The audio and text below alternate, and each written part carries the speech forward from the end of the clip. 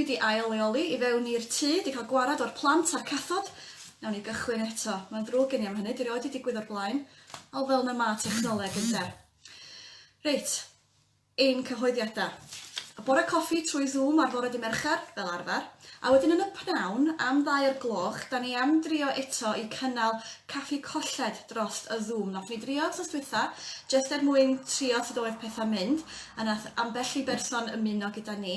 Wedyn os da chi eisiau gwneud dydd Mawrth sy'n dod, dim ydy Mercher, mae'n ddrwg yna. Dydd Mawrth, am 2:00, byddwn ni'n cael ein bora coffi, dim bora coffi, byddwn ni'n cael ein caffi colled ar Zoom yn y pnawn ar dydd Mawrth. Mae'r manylion I gyd I sut ymuno ar ein tudalen Facebook, ond os nad ydych chi'n gallu ffindio hynny, gyrwch neges ata I yna I egluro sut I gwneud. Wrth I mis Medi agosau rwan, mae Richard a finna yn meddwl ailgychwyn astudiaeth Beiblaidd, a dwi am gynnal un drwy gyfrwng y Gymraeg yn ystod yr wythnos. Dwi heb di penderfynu pa ddwrnod eto, mae'n dibynnu beth sydd yn addas a beth sy'n siwtio pawb. Ond os gennych chi ddiddordeb mewn bod yn rhan o astudiaeth Beiblaidd, yn edrych yn gyntaf ar lythyr Paul at yr Rhufeiniaid ac yn cychwyn y mis Medi, rhoddwch neges I fi a gawn ni weld pa ddwrnod fydd ora a sut I mynd I gwmpas I. Fydd o dros y Zoom mwy na thebyg os nad I pethau newid yn sylweddol cyn hynny. Reit, da ni cael lot o newidiadau a cynnwrf yn barod bore yma yn dod, so gawn ni eiliad rwan I distewi a jyst I llonyddu ac atgoffa'n hunain be da ni yn gwneud bore yma.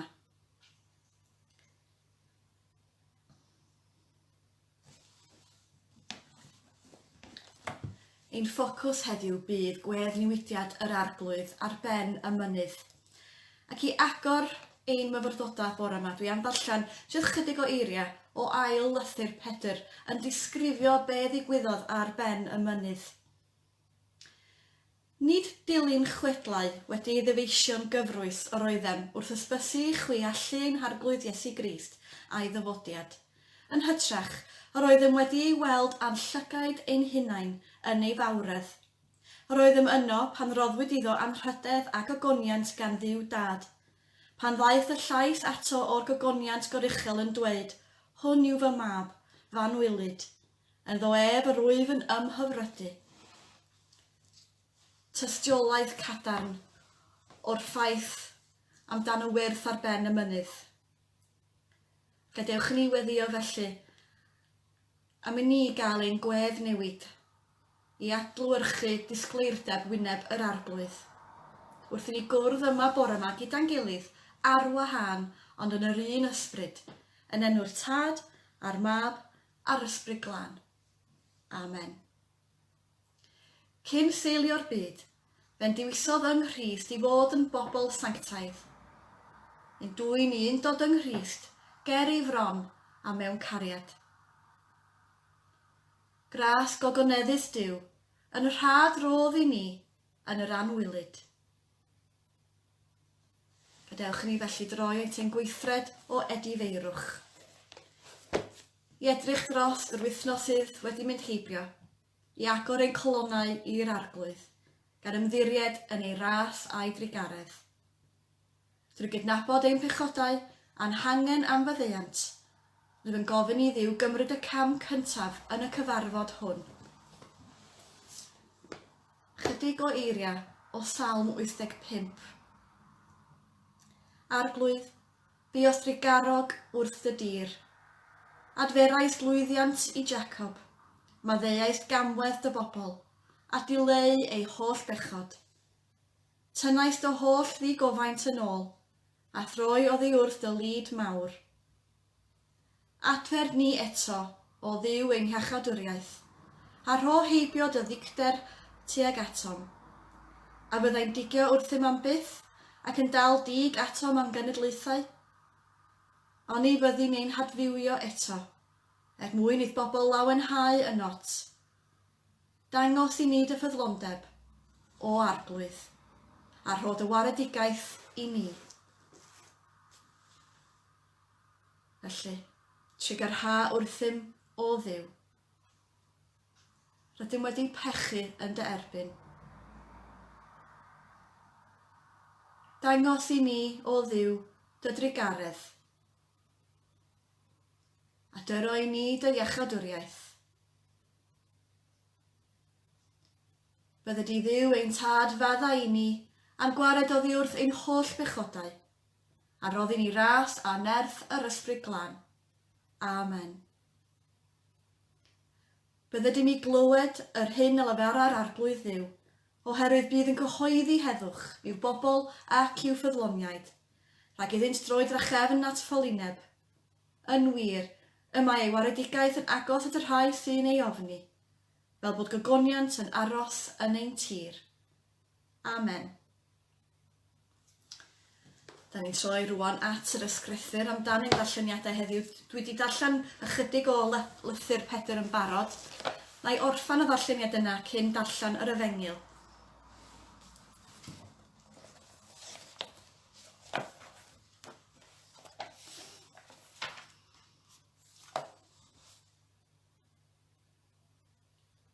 A mae gennym hefyd gynadwri gwbl ddibyniadau y proffwydi, a pheth da fydd i chwi roi sylw iddi, gan ei bod fel canwyll yn disgleirio mewn lle tywyll, hyd nes y bydd y dydd yn gwawrio, a seren y bore yn codi lywyrchu yn eich calonau.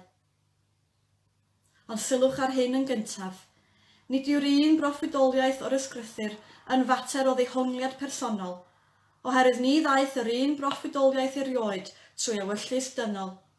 Pobl oeddent a lefarodd air oddi wrth Dduw, wrth gael ei hysgogi gan yr ysbryd glân. Gadewch i ninnau felly gael ein hysgogi gan yr ysbryd glân, wrth i'n rando ar yr Efengil Lug. Diolch a fo i Dduw. Ynghylch 8 diwrnod wedi iddo ddweud hyn, cymerodd Pedr ac Ioan ac Iago gydag Ef a mynd i fyny'r mynydd i weddio. Troedd Ef yn gweddio, newidiodd gwedd ei wyneb a disgleiriodd ei wisg yn llachar wyn.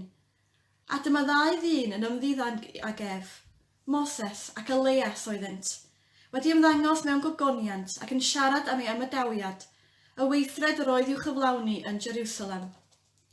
Roedd Pedr a rhai oedd gydag Ef wedi ei llethu gan gwsg, ond deffroesant a gweld ei agoniant Ef a'r 2 ddyn oedd yn sefyll gydag Ef.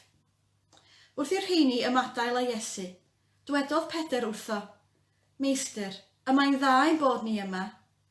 Gwnawn 2 papell, un i ti, ac un i Moses, ac un i Elias.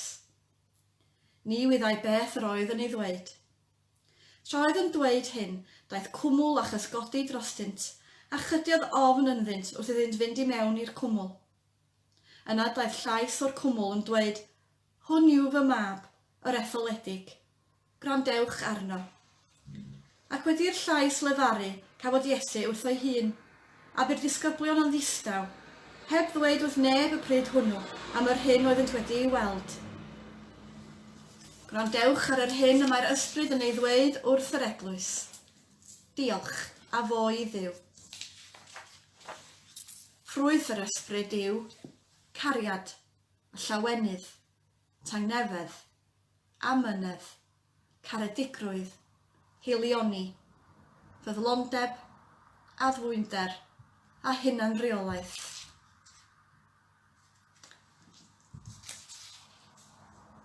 Chydig o eiriau ar y darlleniad da ni newydd glywed. Mae yna gymaint o gyfoeth yn yr hanes eiconig yma, fel ei bod hi'n hawdd weithiau i rithro drwyddi, gan gymryd yn ganiataol ein bod wedi ei chloddio am bob drysodd sydd ynddi.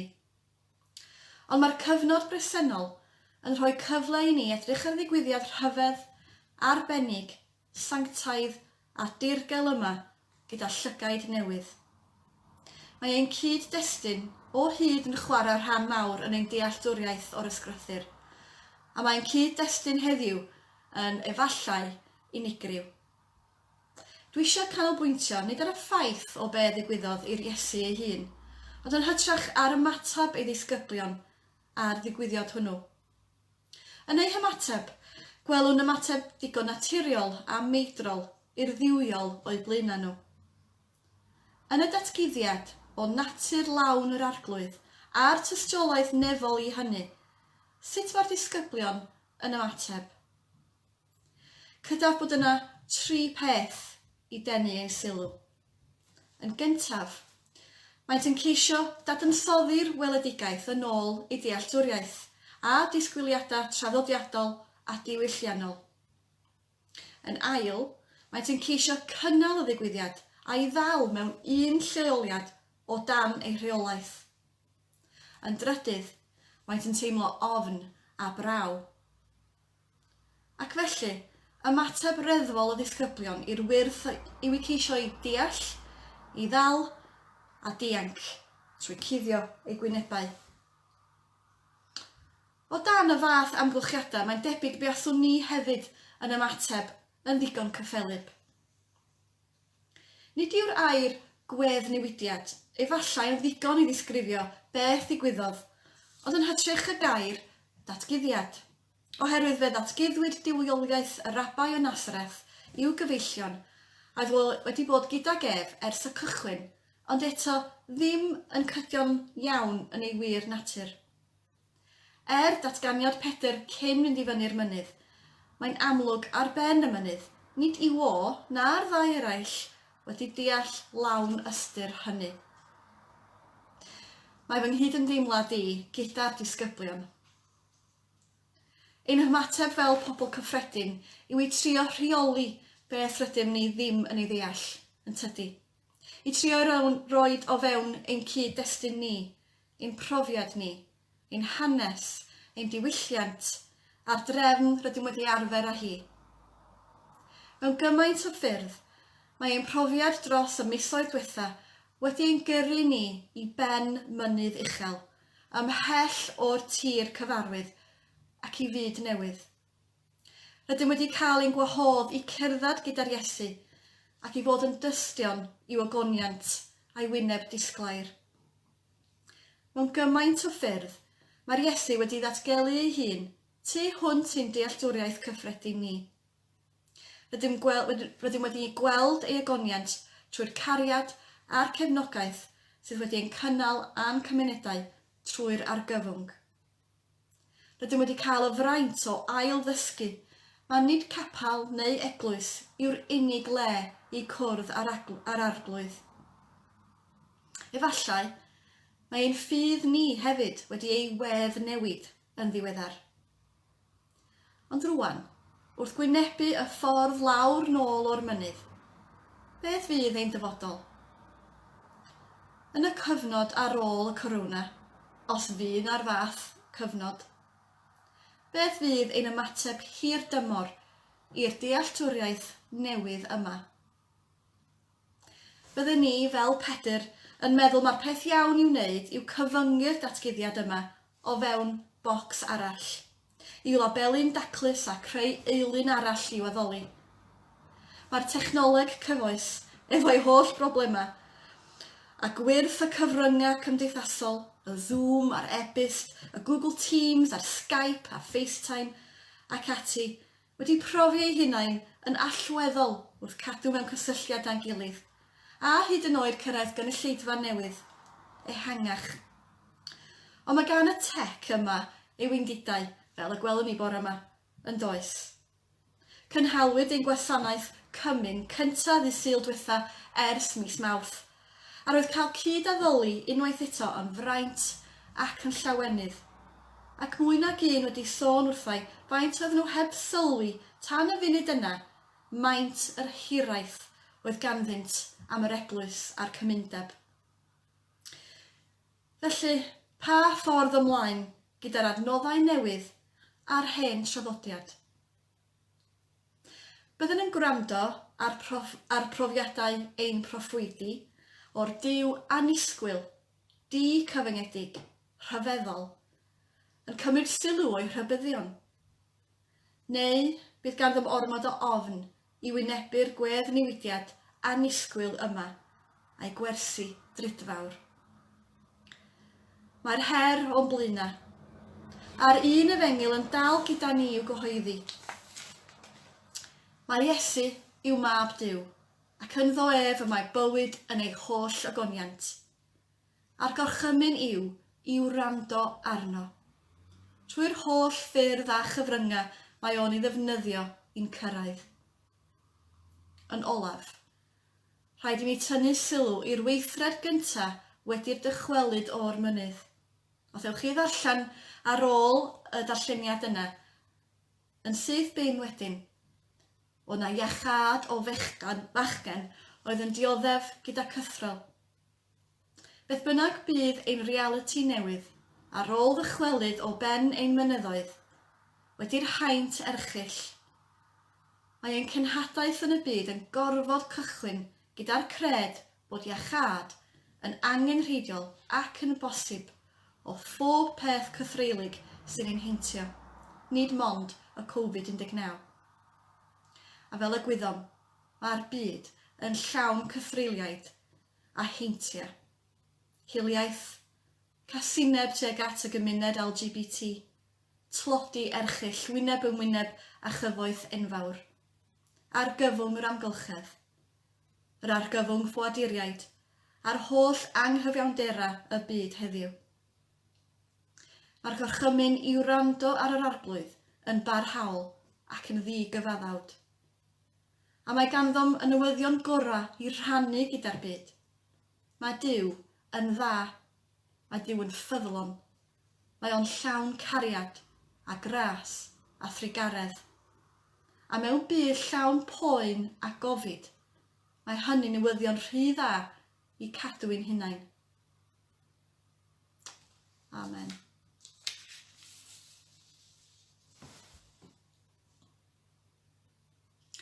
Gadewch i ni felly troi at yr arglwydd trwy yr ysbryd ac yn enw Iesu Grist mewn gweddi. Ac eto, chydig eiriau o Salm 85.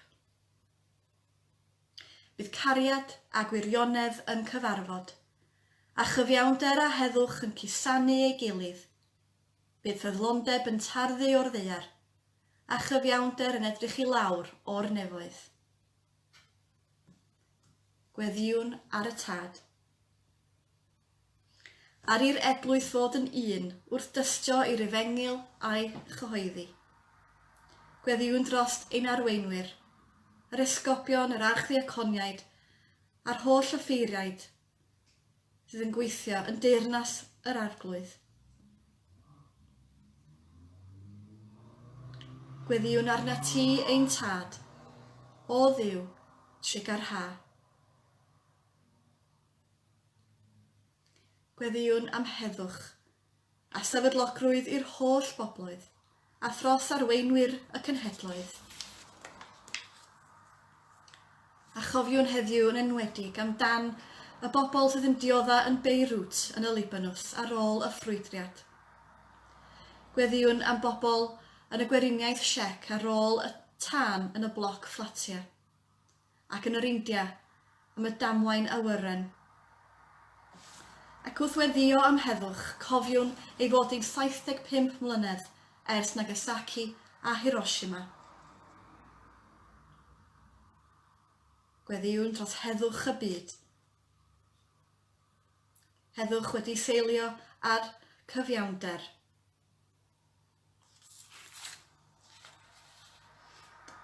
Gweddiwn arna ti ein tad, o Dduw, trigar ha. Gweddiwn dros y claf, a'r sawl sy'n dioddef, a phawb sy'n gweini ar ei hanghenion, a parhawn i weddio dros pawb sydd yn dioddef gyda'r coronavirus, pawb sydd yn gweithio o fewn y Gwasanaeth Iechyd ac allan yn y gymuned. Gweddiwn dros pawb sydd wedi cynnal ein cymunedau yn ystod yr argyfwng. Gweddiwn am bawb sydd yn glaf adra neu yn yr ysbyty, ymhell oddi wrth anwyliaid. Pawb sydd yn dod i cymodi gyda ddiagnosis o salwch hir dymor. Pawb sydd yn aros am canlyniadau profion.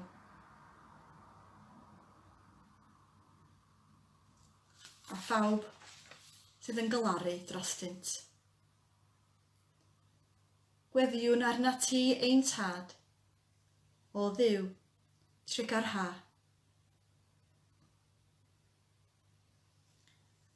Gweddiwn am fendith ar ein cartrefi, dros ein perthnasau a'n cyfeillion, a phawb a garwn, yn agos ac yn bell i ffwr.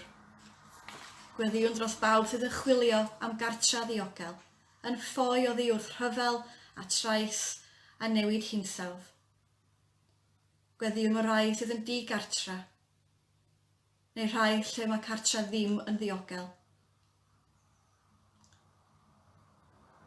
Gweddiwn dros pawb sydd yn ymweld ar ardal ar hyn o bryd, a phawb sydd yn gwasanaethu, fel gwylwyr y glannau neu y gwasanaethau brys ar ein tritha ac ar ein mynyddoedd, a gweddiwn am diogelwch pawb.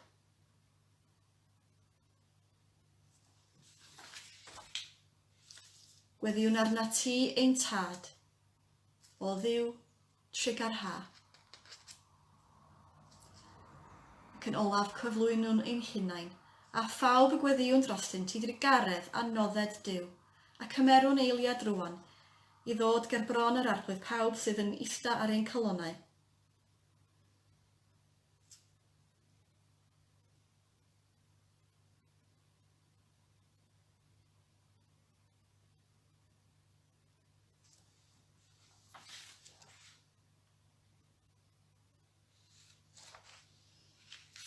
Dad Tregarog, derbyn y gweddiau hyn, mwyn dy fab, ein gweredwr Iesu Grist. Amen.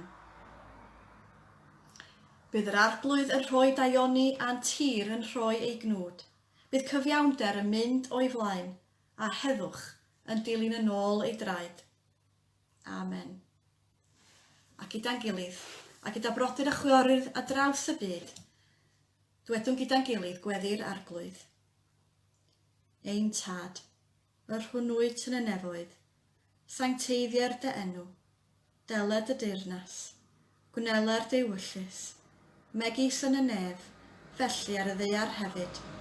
Dyroi ni heddiw ein bara beunyddiol, a maddau ni ein dyledion, fel y maddeu ni'n ein dyledwyr, ac nac arwai ni brofedigaeth, eith i'r gwared ni rhag drwg, canis eiddo ti yw'r deyrnas, a'r gallu a'r gogoniant, yn oes oesoedd. Amen. Byddwch yn eiddgar i gynnal undod yr ysbryd, yn rhwymyn tangnefedd. Dad yn y nefoedd, y gwedd niwydwyd dy fab Iesu Grist mewn modd rhyfeddol ar y mynydd sanctaidd, yng ngwydd tystion etholedig, ac y lefarodd am yr ymadawiad a gyflawnau yn Jerusalem. Dyroi ni nerth, gan wrando ar ei lais, i gario ein croes mor ddiysgog yn y byd hwn, fel y gwelwn ef fel y mae yn y byd a ddaw, lle mae'n fyw ac yn teyrnasu gyda thi a'r ysbryd glân, yn un Duw, yn nawr ac am byth. Amen. Alleluia, atgyfododd Crist, atgyfododd yn wir, alleluia. Bendithied Dduw ni, cadwed ni rhag drwg, a'n dwyn ni fywyd tragwyddol. Amen. A bendith i ddod â'r gwasanaeth at ei ben. Bydde di heddwch Crist yr arglwydd fynd gyda chi, ble bynnag fydd yn eich anfon chi. Bydde di ddod arwain trwy'r anialwch, ac amddiffyn trwy'r storm. Bydde di ddod â chi adref, yn ddathlu'r rhyfeddodau dangosodd i chi. Bydde di ddod â chi adref i neilwyd, yn dathlu unwaith eto, yn enw'r Tad, a'r Mab, a'r Ysbryd Glân. Amen. Diolch am ymuno gyda mi bore yma a gyda gymynedd gyda'r holl problemau. Gobeithio bydd yr wythnos sydd i ddod yn garedig i chi. Byddwch gwych a byddwch yn llawn cariad. Amen.